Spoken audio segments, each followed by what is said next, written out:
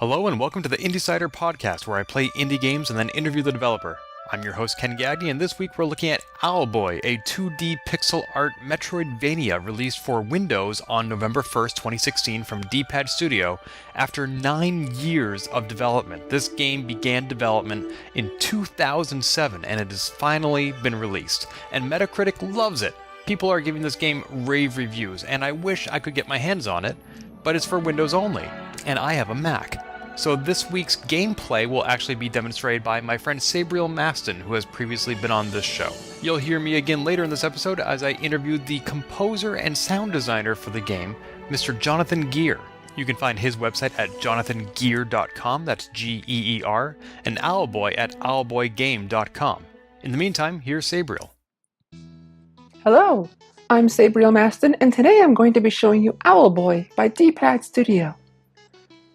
I'm filling in for Ken with some footage because, as great as Owlboy is, it currently is only available on Windows platforms, which he doesn't have. Owlboy is a beautiful and rich 2D puzzle platforming game about a young owl whose world is turned upside down when pirates attack his village. Owlboy is also a game about failure. From the very beginning of the game, our mute hero Otis is constantly told he's a failure from both his teacher and from the villagers around him. Otis is also constantly reminded of his failings, but yet he's also required to press on, pressing through those failings and getting the job done. Over the course of the game, you will meet friends, make new ones, and work together with them to solve puzzles. You'll collect currency for upgrades such as more health, stronger guns, and a green hat. You'll also take on challenging foes as you work your way through to the end. As of this video, I haven't completed the game yet, but if the rest of it starts out as strong as the beginning, this is going to be a fantastic experience. Without further ado, I present to you Owlboy. Joining me today on the IndieSider podcast is Mr. Jonathan Geer, composer and sound designer for Owlboy by D-Pad Studio. Hello, Jonathan. Hey, Ken. How's it going? It's going great. How are you? I'm good, thank you. Congratulations on a most successful launch of Owlboy. How thrilled are you? It's literally like a dream come true because we've been working on the game for so long, almost a decade. Really about 9 years. It sounds more impressive to say almost a decade though. But yeah, for the longest time I was it was in my head. It was kind of like this dream thing that was never actually going to be released. So when we actually put it out this year, November 1st, last month, it was pretty surreal. And then to see just the reaction to it and the incredibly positive response we've gotten, it's been amazing. When I think about games that have been in development for as long as Owlboy, I think of Duke Nukem, which didn't get the best reception, whereas Owlboy has almost exactly the opposite. Were you surprised that it was so well received? I think all of us were definitely a little surprised at just the overwhelmingly positive response it's gotten. I think we all put a lot of love and put our best work into it for so many years, and we were a little worried that the whole like pixel art craze had kind of died down and it wouldn't feel as fresh coming out so much later, since we took so long to work on it. But yeah, we were all pretty surprised. I mean, I think we were all pretty happy with the game we put out and expected hopefully some people to enjoy it, but we certainly didn't expect a lot of like the 10 out of 10 scores, 5 out of 5 scores that we've gotten from some of the gaming websites and things like that. So yeah, we've all been pretty floored by the response to it. In 9 years, there can be a lot of turnover in the development of a game, but if I'm reading the website correctly, it sounds like you were essentially one of the founding members of this game. Is that correct? Yeah, that is correct. I started working on the game back when I was just starting to kind of decide. I decided one year, I think back in 2006, I was like, I'm going to really start to try to find some, paid composing work and try to gradually turn this into like a career, because I wasn't doing composing full time like as a career back then. So I found, I think Simon. Oh, sorry, there's a little buzz there. I found Simon. I think it was in the GameDev.com like indie development forums, and I did a little bit of work on this game called Project Rhapsody, which is what they were kind of working on at the time. And then they transitioned over into Owlboy, and I started working with them on that over the course of the next 9 years. So yeah, I felt really lucky just to have found him and to have been part of the project as it kind of has developed for all this time. So at what point in the 9 years did you finish the soundtrack? Because I can imagine you might have finished it 5 years ago, and then the game development takes a turn, and you have to go back and start over. What was that like? Yeah, so they were, I guess they were gonna release it. Like, we even made this. I actually created this trailer that they used as like the release trailer back in 2011. 2011 was actually the first time I met them all in person at the GDC in San Francisco. And they were showing off game there, and they were planning to release it by the end of that year. But even then, like, it sounded crazy to me. I was like, how in the world are we going to release this game at the end of the year? It just seemed like unrealistic to me even then. And then they got a bunch of feedback and decided to just overhaul so many different things, and almost became like an entirely new game. Hence the 5 years later from 2011. Yeah, so I didn't really feel like the soundtrack was finished that year.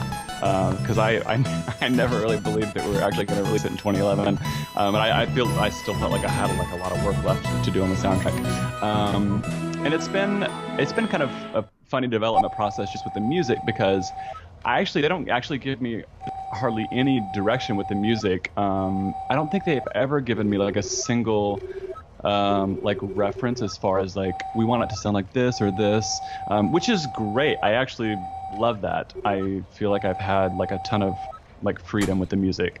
But yeah, so I've kind of worked on it just here and there in bits and pieces, like all through the 9 years.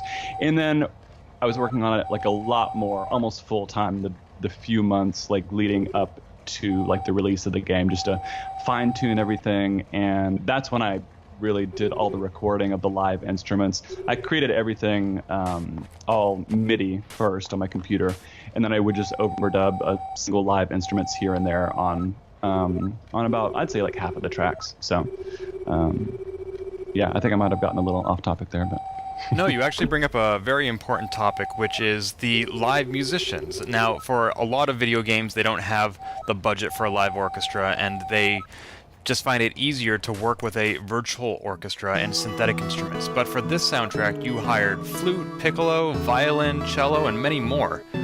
Why did you decide to go that approach when it's so much more time and labor intensive, especially for a small indie game?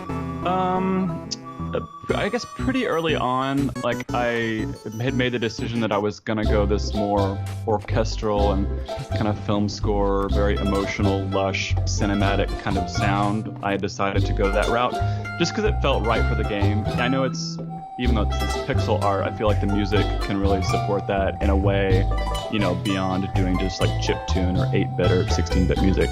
I mean, I do have a little bit of that sound in there too, but overall the score is very orchestral and cinematic, and I think it fits the feeling of the game.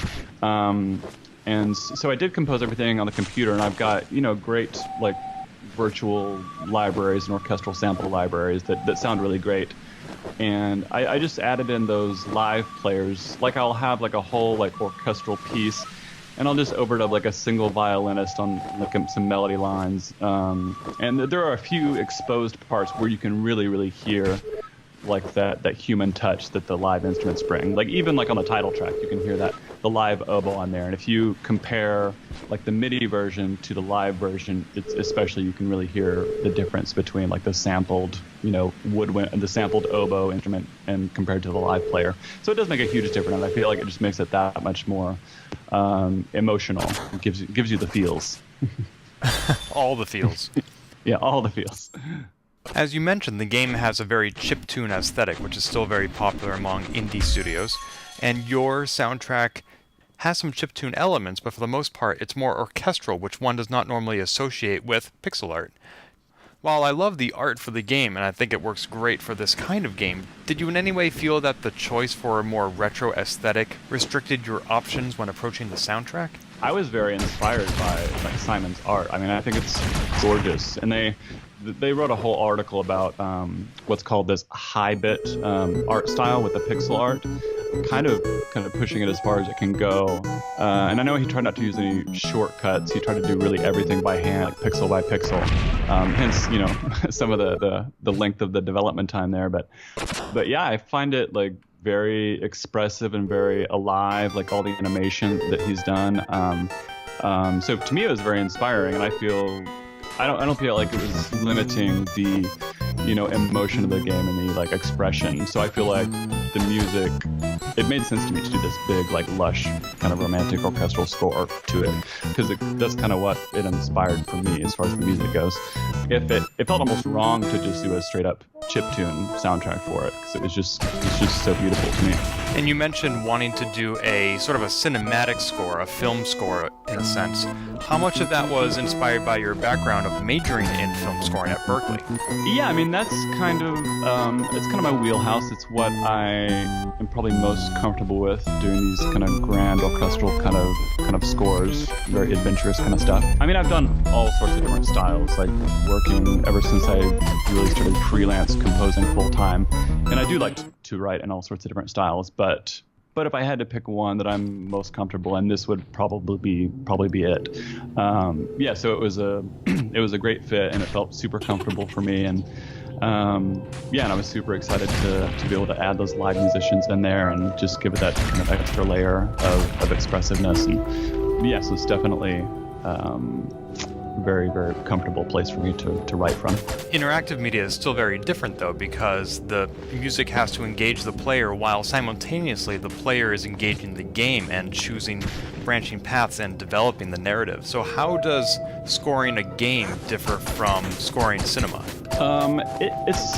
It's definitely a different kind of challenge, and I always kind of have to constantly kind of struggle with, like, I always, you know, just as a composer outside of video games, I want to write a piece with like a very definite beginning, middle, and end as a kind of complete idea that's like finished once you listen to it straight through. But yeah, it's different with video games because you know, a lot of the time we're writing this piece that's just gonna loop, you know, forever and ever and ever, you know, depending on how long a person is, you know, playing in a particular area of the game. So I try to just reconcile that wanting a nice art for the piece, you know, with the fact that, you know, somebody's could potentially be just listening to this for like a really long time. Yeah, so that's always a challenge. Like, and that's still a challenge. That's like one of the challenges of writing music for games. But there's all sorts of different music in the game. There's a lot of different music. There's not a ton of repetition in there.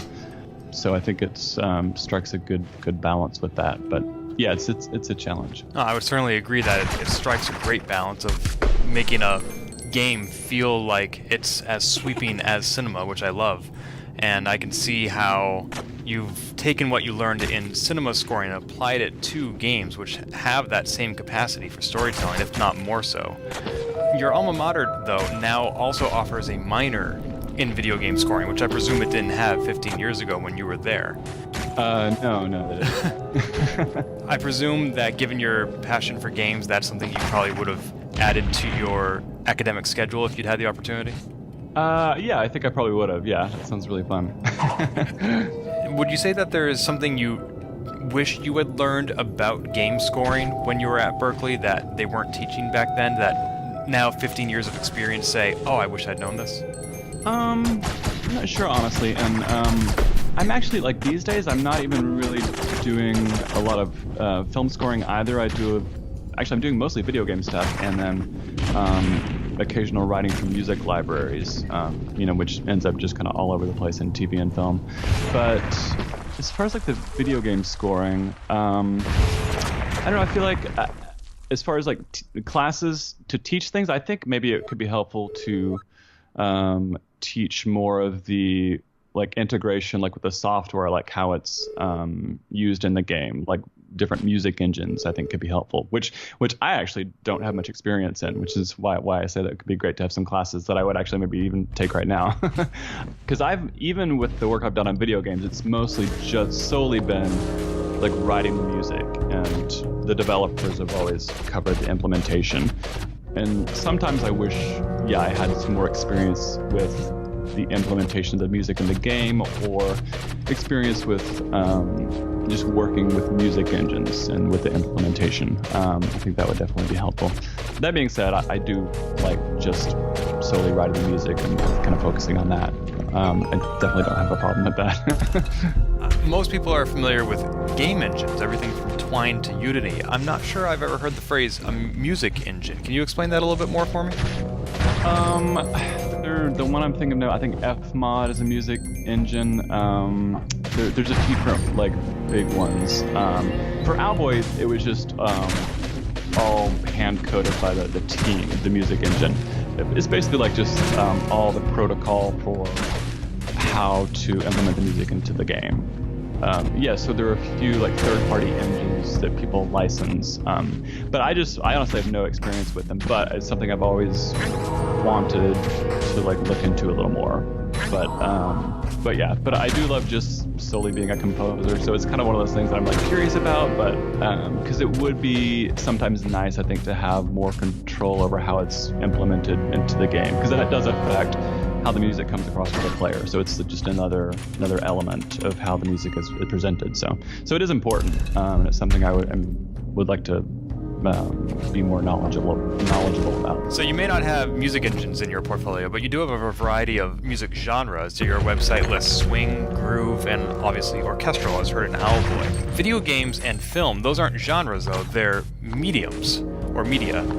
How do you choose which genre goes with which medium? For example, Owlboy, you wanted a sweeping narrative, so you perhaps went to orchestral. That was probably a better fit than swing. But do you feel the need to choose just one genre for a game, or do you mix it up a little bit and introduce a lot of different styles within one game based on whatever the player is doing in that level? Yeah, that's something that really depends just on each individual game. And even in Owlboy, like the definite overarching feel is just this cinematic, filmic, lush, romantic, orchestral kind of sound. But there are a few spots in there where it could branch out a little bit. Like if you know the Buccaneers shop plays a kind of little jazz tune in there, and if you go into the houses, like in Belly, like in Bombleman's house and Mandolin's house, you hear some different styles.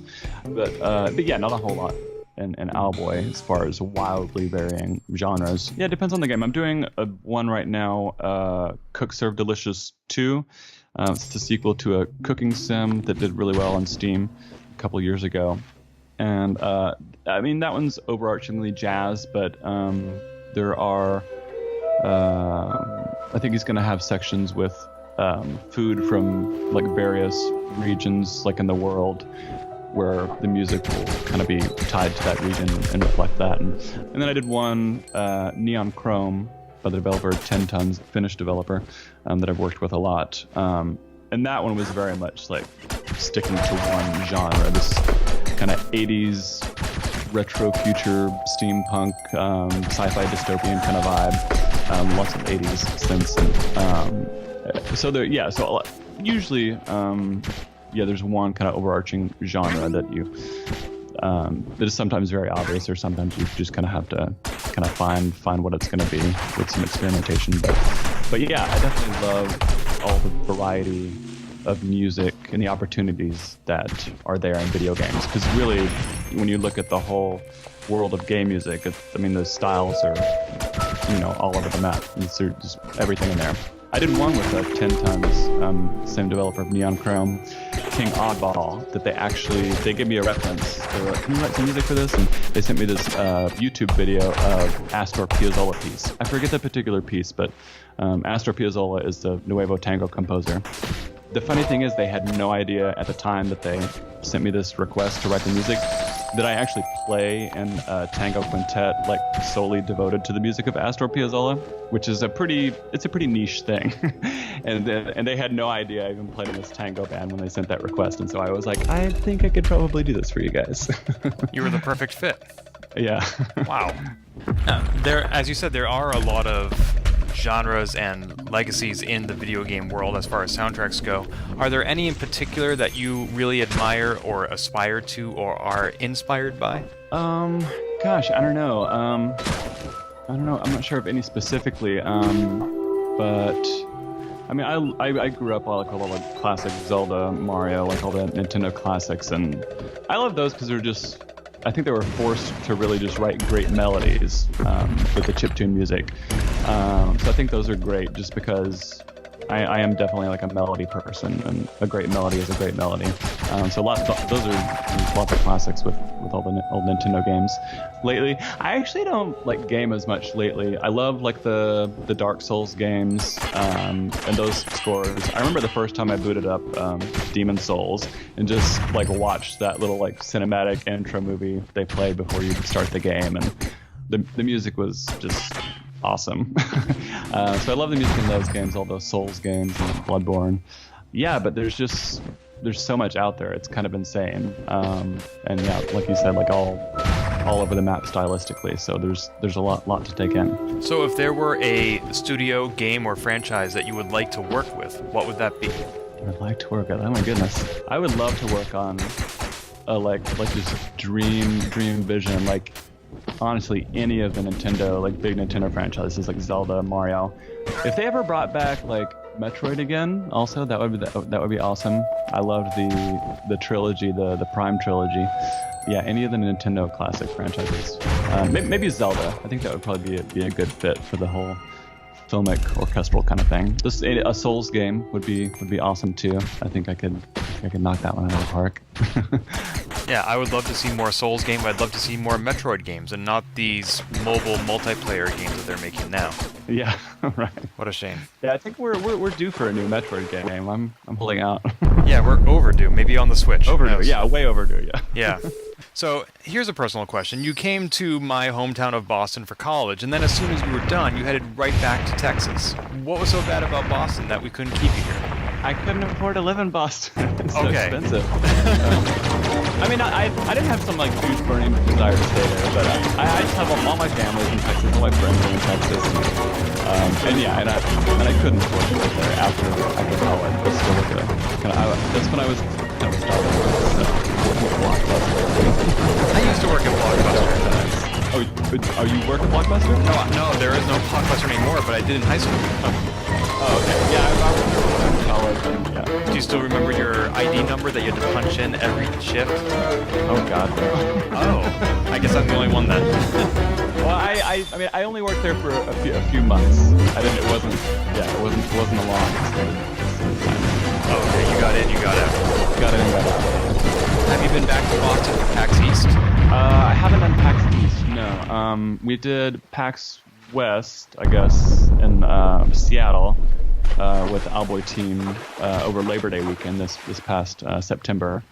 Did that. And I've been up to GDC. Gosh, I think the last time I went to GDC was the 2011 one. We did a little Fantastic Fest thing in here in Austin, where I got together a few musicians and we played some Owlboy tunes for that. But yeah, I haven't been to a lot of the gaming conferences and stuff. Yeah, so I haven't done the PAX East yet. But Now, are you officially considered part of D-Pad Studio, or is the relationship more that of a contractor? it's kind of both. I mean, I think officially, like, I am a contractor, but like unofficially, yes, I'm a kind of a founding member and part of the studio. So yeah, it's kind of both. Because if you were a contractor, I was going to say that it seems unusual for the studio to involve you as much as they do in the promotion of the game, having you on site at PAX West, for example. But if you're part of the studio, then of course it makes perfect sense that you would be there with the rest of the gang. Yeah, it's a little bit of both. And like, since it's such a small team, like, I really wanted to go. We were about to release the game, and I mean, I normally don't, like, because they've been to a lot more of the conference kind of stuff than I have, and they normally have just more to say about the whole development, and but I did want to go to that one since we were releasing the game like the very next month, November, and they were giving a panel, and yeah, so I wanted to be there for that kind of pre-release moment. So. And how was that event with the booth in the Indie Mega booth with the panel? Was it well received?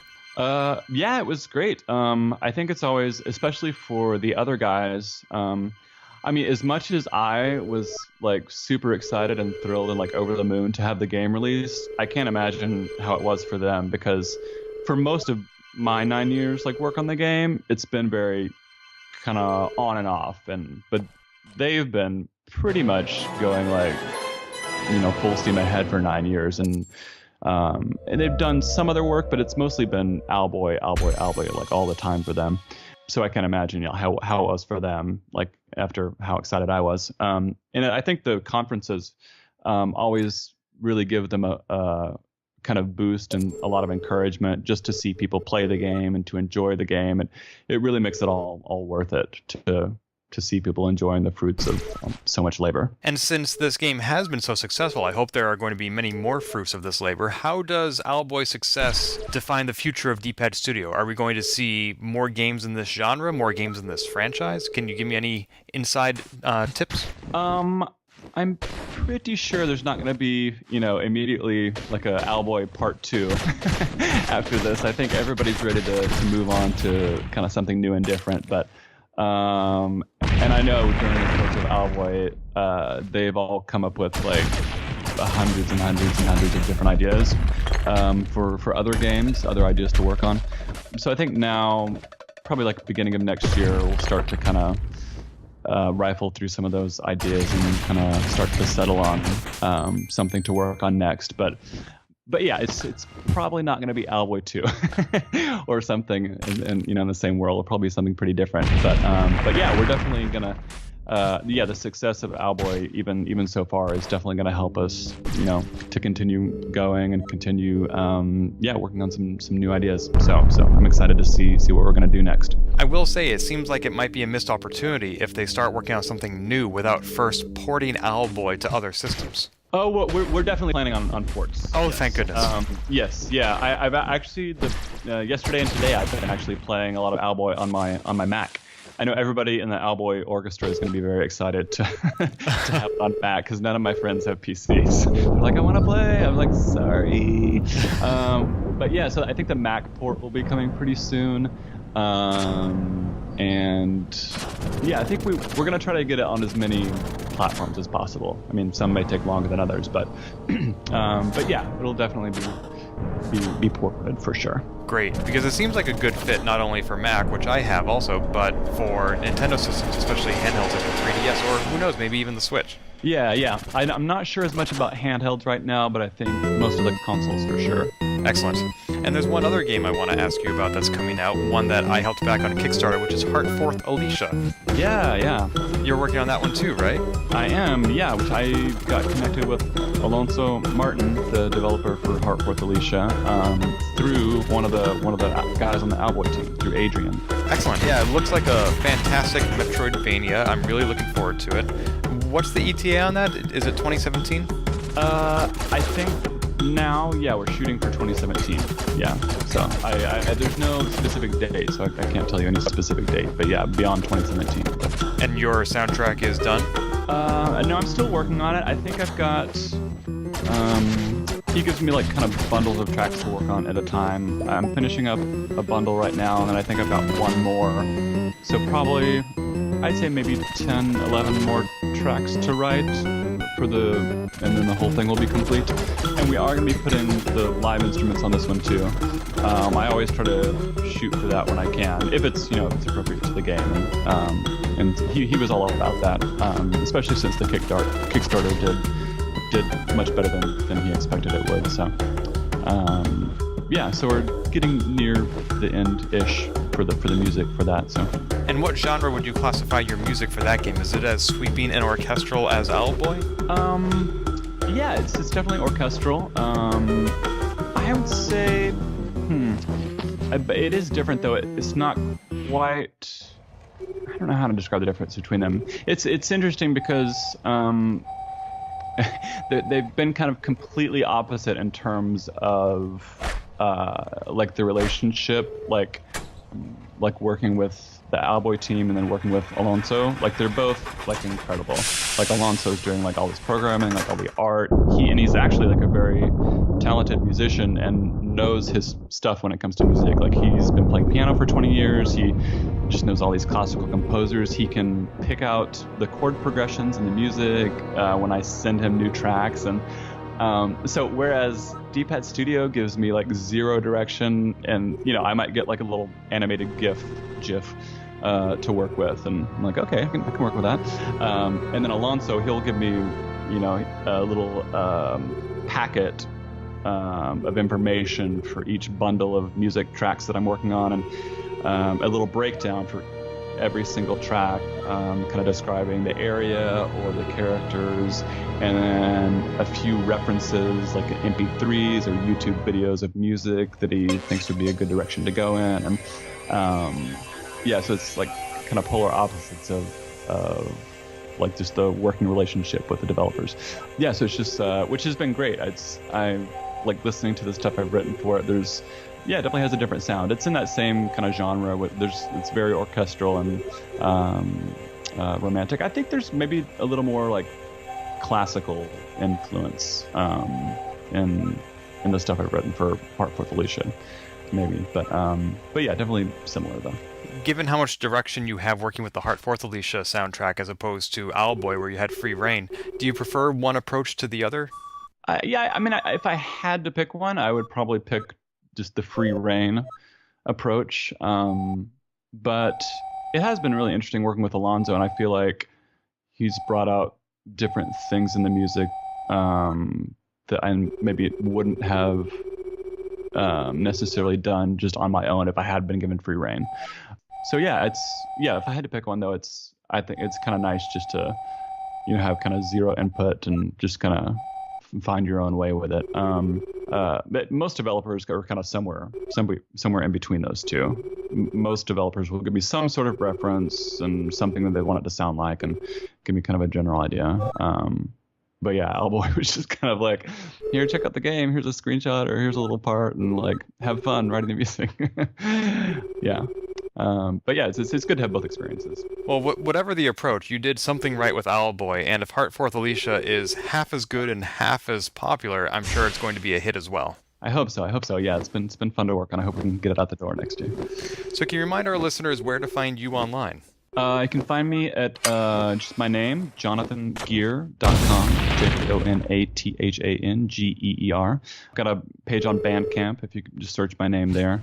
Or I think you can just do JonathanGeer.bandcamp.com. You'll see the Owlboy soundtrack will be the first thing that'll pop up there. And it's all 68 tracks of glory. That is a voluminous volume that you've produced. Yeah. Once I started putting it together, I'm like, oh my god, this is a lot of music, and that doesn't even include all the stuff that didn't get put in the game, which I think I'm going to release sometime next year as kind of a Owlboy B-sides, because there's a lot of stuff that was on the cutting room floor too. So. Oh, that sounds like a lot of fun.